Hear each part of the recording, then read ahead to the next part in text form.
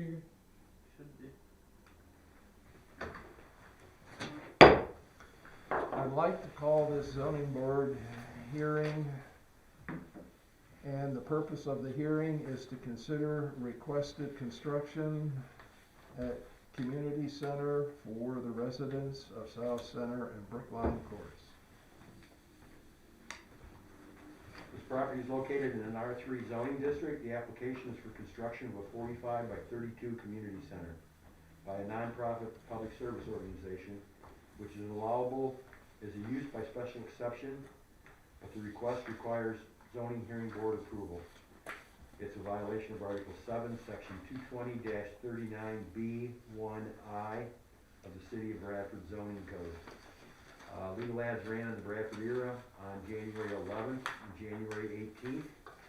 Property was posted on January 18th, and we've had no phone calls or inquiries concerning the project.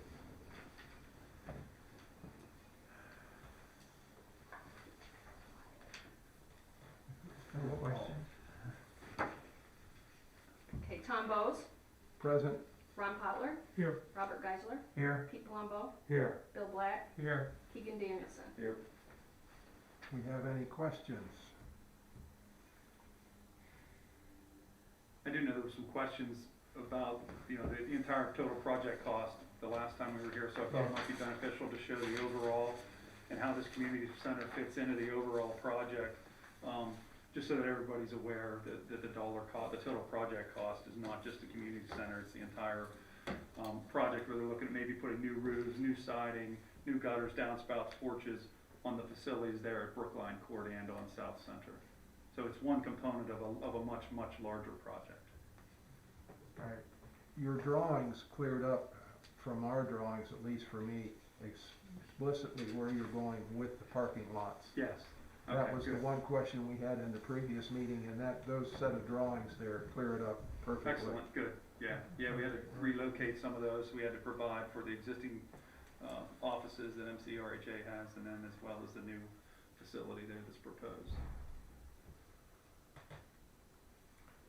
Is the second meeting gonna delay anything into the process? for No, funding, or- fortunately, the funding agency also delayed their application deadline, so there's really no harm, no foul, no worries at all that way.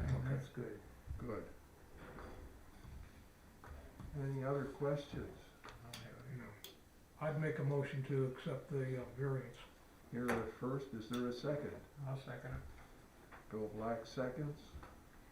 Tom Bowes, Yes. Ron Potler, Yes. Robert Geisler, Yes. Pete Palumbo, Yes. Bill Black, Yes. Keegan Danielson. Yes. Thank you. I would like to close this meeting of the zoning board at, I have 20 after 5. 5:20.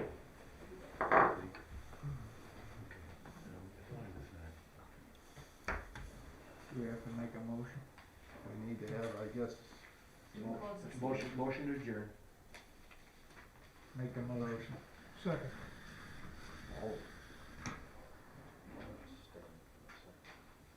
Tom Bowes, Yes. Ron Potler, Yes. Robert Geisler, Yes. Pete Palumbo, Yes. Bill Black. Yes.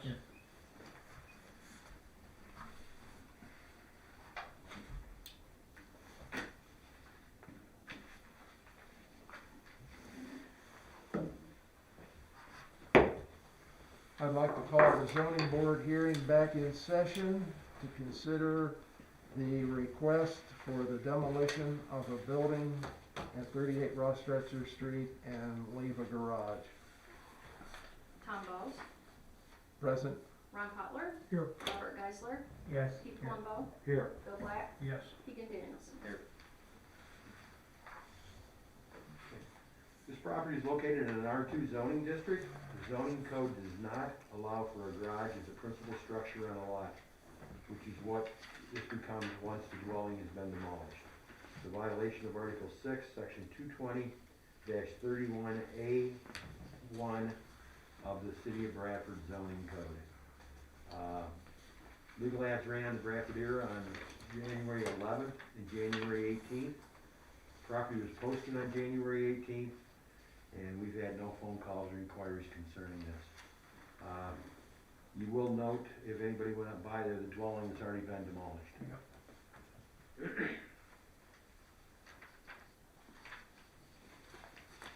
Anyone have any questions? Stephen, are you gonna use this as a parking space for your garage? Or you're gonna use the garage for your own use? I would like to use the garage in the cold storage.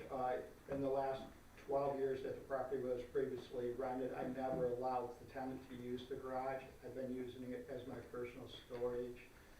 If you drove by, it is not an eyesore. I got a new tin roof on it. Yep. It's vinyl sided.